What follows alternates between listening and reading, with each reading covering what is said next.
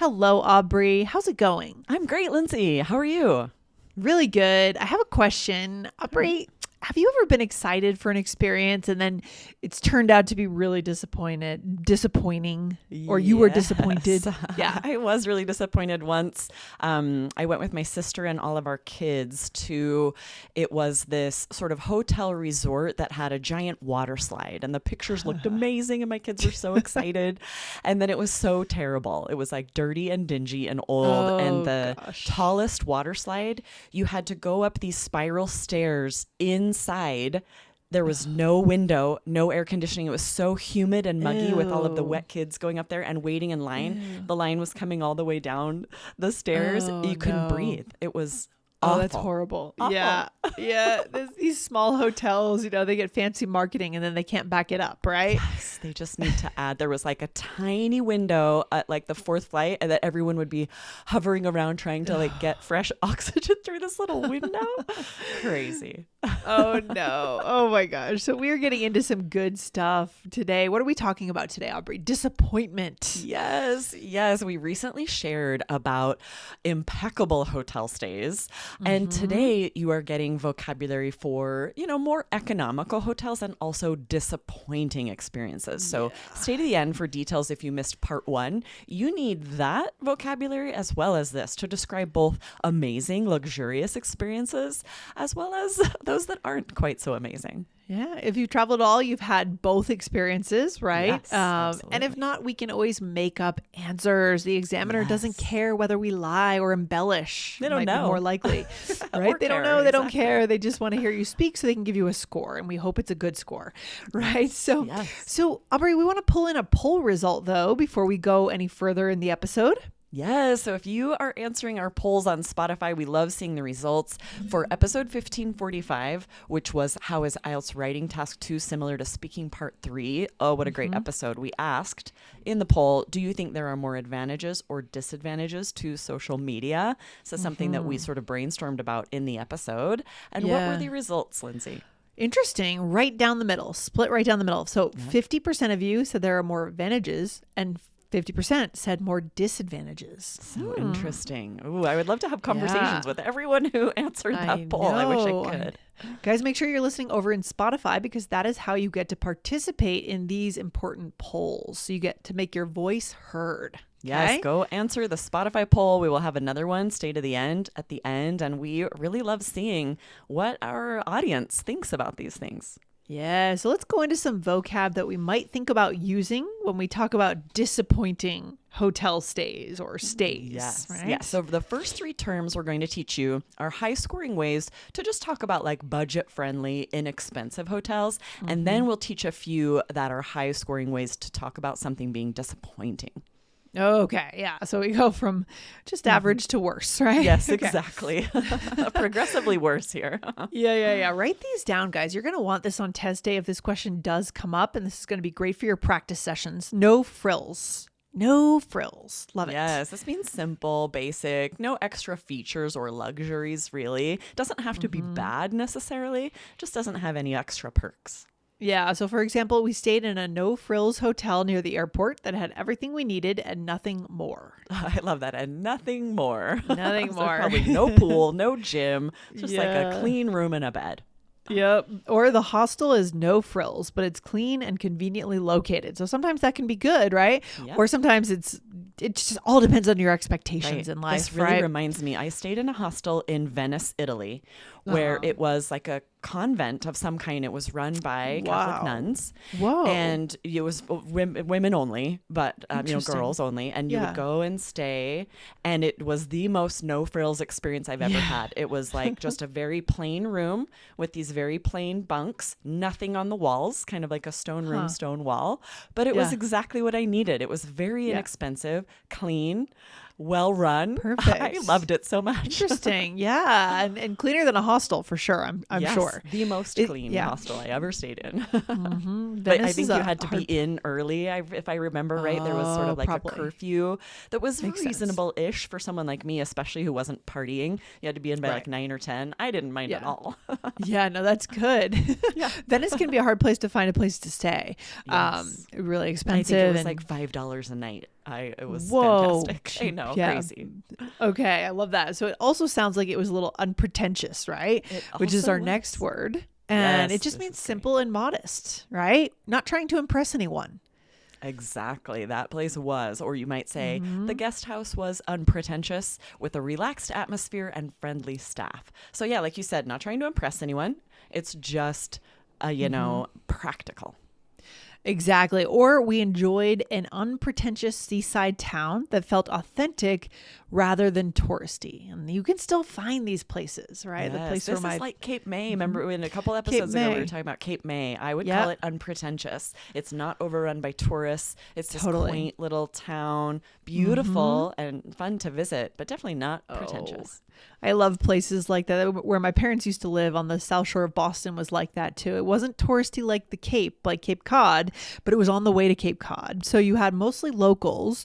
You know, there's less going on naturally in this kind of town, but it's such a cool place to spend your time. You know? Yes, yeah, but this is definitely band 9. I don't know that I've ever heard a student refer to something as unpretentious. You can also call a person unpretentious if they aren't trying to impress anyone. They're just being themselves. Especially if you expect them to maybe be pretentious, like if they're a Hollywood star and then you know them or something, right? Economical is our next winning word. This is cost effective, provides good value without being expensive. Okay. Yes, exactly. And it's not just about hotels, right? You could say public transportation was the most economical way to get around the city. It means there were some cost savings there. It was cost effective. Yeah, or staying in a shared apartment proved to be an economical choice for our trip.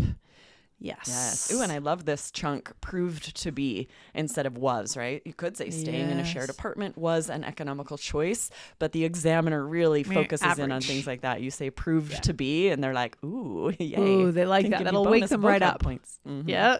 Don't be average, right? Be above average on IELTS. And the next two we're going to give you are going to be higher scoring ways to say disappointing. So we're really going from okay to bad. Okay. Yes. Exactly. This first was inspired by a recent episode we did about part 1 essays. Scroll up if you missed that. Lackluster, meaning, just lacking real excitement or quality or energy. It's disappointing. Yeah. The museum was lackluster with few exhibits and minimal information. We've all had those lackluster experiences. Oh, yeah. It's happened for sure. Or despite the high price, the hotel service was lackluster. Even worse when they charge you a lot, but it's very average or bad. So if you're at a restaurant and the food is not as good as you expected or the service, use this adjective. Say it was lackluster. Yes. And then underwhelming is also kind of saying something very similar, right? Exactly. It's less impressive or enjoyable than we expected. Exactly. The famous landmark was underwhelming once we saw it in person, especially if you expect it to be impressive and then it's not. We would call it underwhelming. Yes. Oh, man. All right. So lots of vocabulary words that our listeners now have to answer these questions, Aubrey. Shall I ask you a part 1 question? Do you want to do that? Yeah. Give me a part 1 and I'll try to use some of this vocab. All right. So, Aubrey, what type of hotel do you choose when you travel? Oh, it really depends on the trip. Usually I opt for an economical, no-frills hotel, and I don't even mind if the room is a bit underwhelming.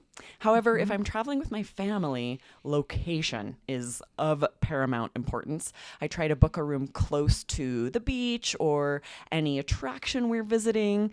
That really makes the trip more enjoyable and stress-free. If I have all my kids, anything I can do to simplify plans is well worth it. Nice. So that was a part 1 answer. So it was maybe 3 or 4 sentences, right? Exactly. That in terms of the length. Okay. Yep, yeah. I got 3 to 5 sentences is what you're aiming for. And I said an economical no frills hotel. And then you said, I don't even mind if the room is underwhelming. Right? Yeah, right. This is a good way to say it. You don't have to be describing a room that was underwhelming. You can just say like, I don't really mind something that's lackluster or underwhelming. Right. Yeah, that's good. That's another way to pull that word in. Right. Then you said stress-free, which is a good one. It's a good expression there. Yes. High scoring. And I also probably. love this chunk to say that something is of paramount importance. Most students will say, oh, this is really important. This is a much higher scoring. And even though it's a part 1 answer, you can use some chunks like this that are a little more formal. Often we'll do this in regular conversation to emphasize, right? I love that too. You could also say it's super important, but you could say it's of paramount importance. I love the way that sounds. It's got a certain ring to it. I might adopt that into my daily speech. Ooh, me too. Sounds good, right? Yeah. And it will definitely wake up the examiner, get them on your side, on your team, get them marking down on their notes to look towards that band 7, 8, 9. Love it. Okay, so Aubrey, now I get to do a sample answer off the cuff. Love it. Yes, we're going to have Lindsay answer a part 2 question here. So remember that normally for part 2, you have 1 minute to take notes and think about what you were going to say. So I gave Lindsay that, but she's going to answer spontaneously here. Yep. So I'll time you for 2 minutes. Remember some of our strategies. Maybe tell a story, go off topic, as long as you directly answer the question. All right, let's do it. I will do my very best. Awesome. Okay. All right, Lindsay, describe a time you were disappointed. Oh my gosh. I can think back to a time about 2 Christmases ago. That would have been December of 2023, when all of my in-laws and I rented an Airbnb in San Marco Island, Florida. Now, I had super high expectations for this Airbnb because you think about like a vacation resort island in Florida, you expect just a very nice, shiny place. You expect it to be all the best amenities. But what I found, honestly, was just the opposite. It was very no frills. It was unpretentious, but in kind of in a negative way. So we walked in the door, we show up, we walk through the door, and you could see everyone's heart kind of sink and think, oh, this is not what we were expecting. I guess it was a little more economical than other options. I mean, it's not cheap when you rent a house for, 8 people for a week. So I think we went for a slightly more affordable option, but it was simply lackluster. As I started walking through the house, when you do the first walkthrough, I looked at the walls. They looked a little just dated. The whole thing honestly looked incredibly dated. The lampshades were old. The decor was past its prime. There were blank sheets of wall that needed decor. It was awkwardly set up. I wasn't happy with the room I got in the house as well. The pool was kind of dirty and had to be maintained. We had to call the pool guy, and that was underwhelming because I was expecting to just jump right into the pool. I mean, it was Florida after all, and even though it was December, it was quite warm. It was, easily in the 80s. So overall, honestly, this was a lackluster experience, and I wouldn't recommend it again to anyone. So ended up, Ooh, that wasn't right at 2. That's dangerous to say overall, and you're summarizing, and you feel like it's been 2 minutes, but maybe it hasn't. Sometimes that 2 minutes feels so long. And right before you said, okay, thank you, I was thinking, where am I going to go? So I was going to transition to, we started to spend a lot of time outside of the house. That would be perfect. Yeah. Yeah. And you could, even if you've given sort of that summary sentence, right? Overall, it just wasn't great. Then you could, right? Start talking about what else you did that trip. What did, yes, that would be perfect. Oh, I was writing furiously the whole time because there was so much great vocab here as well as great strategies. So I loved that you said 2 Christmases ago. Yeah. This is so fun. And native speakers do this a lot. We won't always say 2 years ago. My husband does this funny thing where he says 2 haircuts ago. He'll be like 3 haircuts ago. That's funny. So it reminded me of that when you said 2 Christmases ago. Definitely do this, guys. 2 birthdays ago, 2 Christmases ago. Sure. Because we mark time that way a lot. Yeah, that's fun. It's very native and natural, right? Love it. Yes. And then, so you were talking about this. You said very no frills, unpretentious hotel. Great vocab we taught here. And then I love that you said everyone's hearts sunk. What a great idiom. When you're disappointed, we say our heart sinks. My heart sunk. Yes. And then you narrated your thoughts in the past. You said, and we thought, oh, this is not what we were expecting. This is so high level to narrate thoughts like this. So guys, take note of that. Do this in your answers. It also fills time, right? You're adding interesting details, and it pushes you to use interesting intonation like Lindsay did. You wouldn't say this with a monotone. She was like, oh, this is not what we were expecting. Yeah, I know that narrating internal dialogue is something we go into in our C1 course, Aubrey. So that shows you just how high level it really is and how that's going to push up your score. Right? Absolutely. Practice doing that. It will definitely improve your scores, pronunciation, and vocabulary. And then some other great vocab, you called it lackluster and dated. This means like just old, right? Things are out of date. It needs to be modernized. It needs to be remodeled. And then you said the decor was past its prime. What a great expression. Say like, you know, it was just old, but you can't say old over and over. So Lindsay used all of this other Band 9 vocabulary to describe that.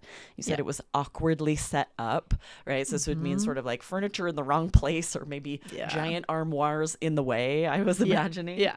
And then you said it was underwhelming. That's just so much great vocab. I'm really curious, Lindsay, were all of these details true and accurate? Did you make up or embellish Pretty much. anything? I didn't make up anything except for the piece that I made up was that I think I said we had to have the pool service before we went in, and that wasn't true. You just but didn't the pool go in. wasn't like it just wasn't. I don't know. It was just the whole thing was just not what I was expecting, as you said. Yeah, but I again, kind of love that, even just that you made up that detail, because that gave you another 10 or 20 seconds sharing that, you know, before we got in, we had to have them come and maintain it, clean it. So you definitely can add details that didn't happen, or maybe what you wish you had done. The examiner's not going to know, and it's all giving you that 2 minutes, giving you interesting vocabulary, helping you use this high scoring vocabulary you have learned. Yeah, really good. And always important to, I guess, unless you literally have zero experience with the question, try to root it in a real story if you can. That's what I would say, because it just gives you more material to work with, right? But then taking the real story and then embellishing is such an easy thing to do. Right? Exactly. The more you can provide real details that really happened, that's probably going to be easier. But it's no joke to fill 2 minutes. So definitely feel free to exaggerate, embellish, add details to fill that time. And of course, by the time you get to test day, you understand what 2 minutes feels like, because you've practiced this over and over and over.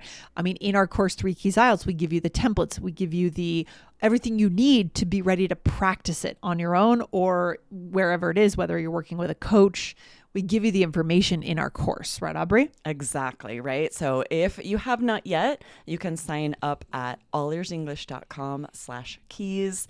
And then don't miss that part 1 with vocabulary for nice, luxurious days, right? This was episode 1556. Scroll up. Speaking part 1 answers about impeccable hotel stays. I'd rather talk about those. Yes. Same. All right, it's kind of more fun, though, to talk about the terrible experiences. It can be. I agree, actually. All right. Good stuff today, Aubrey. We'll see you in the next episode. Guys, hit the follow button if you love our style right here on IELTS Energy. All right. Awesome. See you next time. Bye. Bye.